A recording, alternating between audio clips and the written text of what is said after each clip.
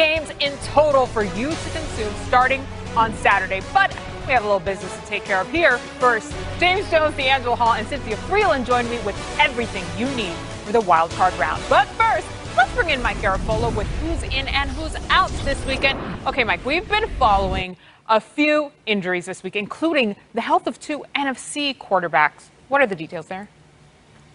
Let's start with Alex Smith and the Washington football team. Now, he played last week. He didn't look great from a mobility standpoint, but it's not like he got injured and left the game. So you would think, no problem, he's going to be back on the field for this weekend's playoff game. But my understanding is they're waiting until tomorrow to see how Alex Smith shows up. And there is concern that he might not be able to go and that it might have to be Taylor Heineke in a game against Tom Brady in the postseason. Did you see that one coming a couple of weeks ago? Probably not. So we'll see how Alex Smith wakes up. Now, it's the late game, so they've got all day tomorrow. It's not like it's a 1 o'clock game like a normal game. So we'll see how this develops on Saturday. But there is concern about Smith after he did not do much in practice this week. Let's get to Jared Goff and the Los Angeles Rams, who are keeping this one ultra tight as he comes back or tries to come back from thumb surgery. It may have to be John Wolford here. I mean, Goff yesterday tried to show him a little bit in practice, but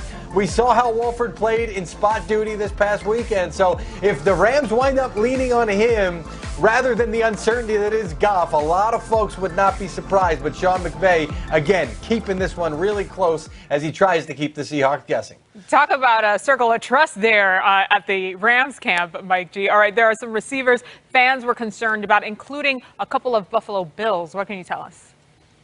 Let's start with Stephon Diggs with the oblique issue. Doesn't sound like it's going to be a problem, and it sounds like he will be playing for the first time in the postseason for the Buffalo Bills and expects to be effective. Now you got second-team All-Pro Cole Beasley, who just ran out of the frame there alongside Diggs. We know what he's able to do on the inside. He's been down a couple of weeks with a knee issue, practiced once this week.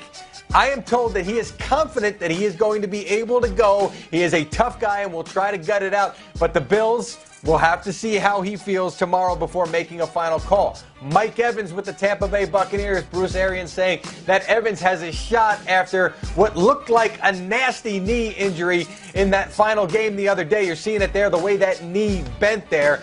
So Evans going to try everything he possibly can to play on, tomorrow. Now, Trey Hendrickson with the Saints, one of the league's leading sackers. This was a big loss. The Saints ruled him out with a neck issue. He's got a stinger that's going on, so it's something they're being really careful about. So the Saints going to be down a big one in Trey Hendrickson, who has had a breakout season at the right time as it's his contract year. So perhaps we're getting into that zone. Perhaps he won't play for the Saints again, but at the very least will not play as he's been ruled out. And finally, the Browns, this is not an injury. This is a COVID situation. We're finally able to open their facility and finally practice in advance of the game against the Steelers. Now, we know what they're going through. Head coach Kevin Stefanski will not be there. Alex Van Pelt will be calling plays. Mike Prefer to be the interim head coach. But at least they were able to get some work in and finally start to prepare at least a little bit for the Steelers. Myles Garrett, by the way, saying he's going to play like his hair is on fire. I think if that happens, you wind up looking like this. Mike G, don't wish that upon him. Come on, you rock it so well, though, Mike, by the way. Thank you. Mike Garafolo, always on top of everything. And you heard him mention it right there. We definitely know this weekend Browns head coach Kevin Stefanski out after testing positive. Good news for Mike Garafolo there that they were able to open their facility today. But yes, Mike Prefer taking over those head coach duties. Alex Van Pelt calling the plays there for Cleveland. All of these points lead to our Total Access Game of the Week. It's the Browns and the Pittsburgh Steelers. Mayfield shotgun snap, throws over the middle, intercepted. It is Minkah Fitzpatrick. Touchdown, Minkah. Chubb runs, dips his shoulders. He's to the 40, 35, cut back 25, 10, 5, touchdown! He pumps. Oh, there's a man wide open. James Washington walks in for the touchdown. And they give the ball to Landry, and he dives left side, touchdown! And they're going to the playoffs! All right, since we're about to get into what I can only describe as a very exhausting discussion that we had earlier today with the guys, let's set the table for you. Here's a look at the Browns offense versus how they compare to the Steelers defense this season. So listen, Cleveland is ranked 3rd in rush yards per game against Pittsburgh's defense, just outside the top 10 in that metric, as you can see right there. But check out the Steelers ranks real quick. Second in turnovers and in sacks, yeah, they would be number 1 there, with T.J. Watt leading the efforts. James Jones and D'Angelo Hall. There you are, my friends. All right, let's get into this one because we had a very spirited discussion there. These two teams just faced off to close off the regular season. James, Bake and the Brownies, as you love to call them, got that very necessary win. But remember, this was against the Steelers team resting most of their starters there. So what do the Browns need to do to beat the Steelers this time around in the playoffs? Well, I'm going to give you 3 things, MJ. And the first thing you got to do is run the football. Nick Chubb cannot have enough touches in this ball game. You must run the football. Nick Chubb is a guy you do not want to tackle, especially late in the football game. Force this defense to bring him down all game long. MJ, number 2. Run the football because he has a partner in the backfield with him named Kareem Hunt, and he can do it all as well. Force this defense to tackle both these backs all game long, and once you get them in space, it's going to be trouble to bring these guys down all game long. Number 3, when you do pass it to these 2 guys right here and force the Pittsburgh Steelers to tackle these guys in space all game long. If Coach Van Pelt does what I'm telling him to do right now, and I played for Coach Van Pelt in Green Bay, so I know he is very smart. I know he's watching the show. I know he's going to take my game plan. But these 2 guys right here, Kareem Hunt and Nick Chubb, cannot touch the football enough. And if they do, they will find themselves in position to win this ball game. So you telling me, JJ, if I'm the Steelers, all I got to do is stop the run? That's it. If you want to win, if you want to beat me, if you want to beat the Cleveland Browns, stop the run. He could not have made it any simpler. Run the ball. That's it. Oh, and also run the ball, doubling down on that one. James, I'm not even mad at it. Look, solid argument there, but you know what? It's a Friday, so we know we have to pick this game. But before we get to our first postseason game picks of the year, let's see how we finished out the regular season. Well. Ooh. I managed to stay in first place throughout the entire season. It's a point of pride for me because, you know, on the opposite side in fantasy, it was abysmal. So this, I will definitely take this win. 166, that's how many games I predicted correctly. All right, James, we'll start with you. Who you got? Start off the postseason on fire, my friend. Browns or Steelers? Yeah, so they're going to show my picks before I get to picking. That's all good. But listen, hey, backs against the wall.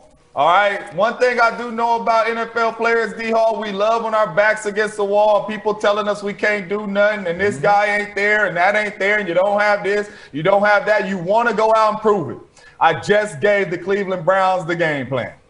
They are going to win this ball game. They are going to find a way to run this football down the Pittsburgh Steelers' throat all game long. It's going to be a gutty win by this Cleveland Browns team, everything that's going on in their organization. And they're going to walk off that field with a victory, 24-17. Big Ben and the Steelers have not been right these last 5 weeks. To be honest with you, they played one good half, and that was against the second half against the Colts. I'm not a believer. I like Bake and the Brownies going in and winning this game.